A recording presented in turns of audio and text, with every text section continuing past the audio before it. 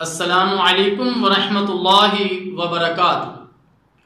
الحمدللہ وکفا والصلاة والسلام علی عبادہ الذین اصطفیٰ، اما بعد، اللہم صلی علی محمد وعلی آل محمد۔ محترم سامعین کرام، نماز کے احکام و مسائل کے سلسلہ میں آج تعداد رکعت کو بیان کیا جائے گا، یعنی نماز کی رکعتوں کا بیان۔ رسول اللہ صلی اللہ علیہ وسلم نے فرضوں سے پہلے اور بعد میں نوافل یعنی سنتوں کی بہت زیادہ ترغیب دلائی ہے۔ رسول اللہ صلی اللہ علیہ وسلم نے ارشاد فرمایا، قیامت کے دن بندے سے جس عمل کا سب سے پہلے حساب کیا جائے گا وہ اس کی فرض نماز ہے۔ اگر اسے پورا ادا کیا گیا ہوگا تو باقی نمازیں یعنی سنتیں اس کے لیے نفل لکھ دی جائیں گی، اور اگر انہیں پورا ادا نہیں کیا ہوگا تو اللہ تعالیٰ جل شانہ فرشتوں سے فرمائے گا کہ دیکھو کیا تمہیں میرے بندے کے کوئی نفل یعنی سنتیں ملتی ہیں؟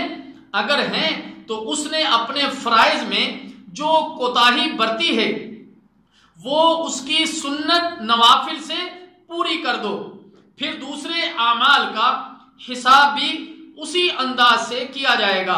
سنن ابن ماجہ۔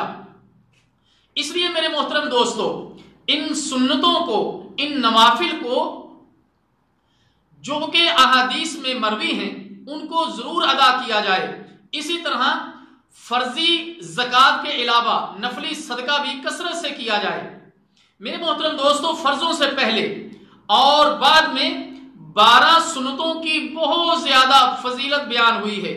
رسول اللہ صلی اللہ علیہ وسلم نے ارشاد فرمایا، ما من عبد مسلم یصلی للہ کل یوم 12 رکعتا تطوعا غیر فریضہ الا بنى اللہ له بیتا فی الجنہ۔ صحیح مسلم۔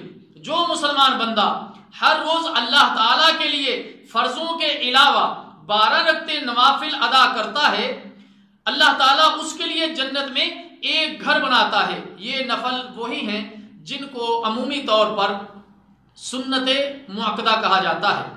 ان 12 سنتوں کی تفصیل سیدہ ام حبیبہ رضی اللہ تعالی عنہ بیان کرتی ہیں کہ 4 سنتیں ظہر کے فرضوں سے پہلے اور 2 بعد میں، اور 2 سنت مغرب کے فرضوں کے بعد، 2 سنتیں عشاء کے فرضوں کے بعد، اور 2 سنتیں فجر کے فرضوں سے پہلے۔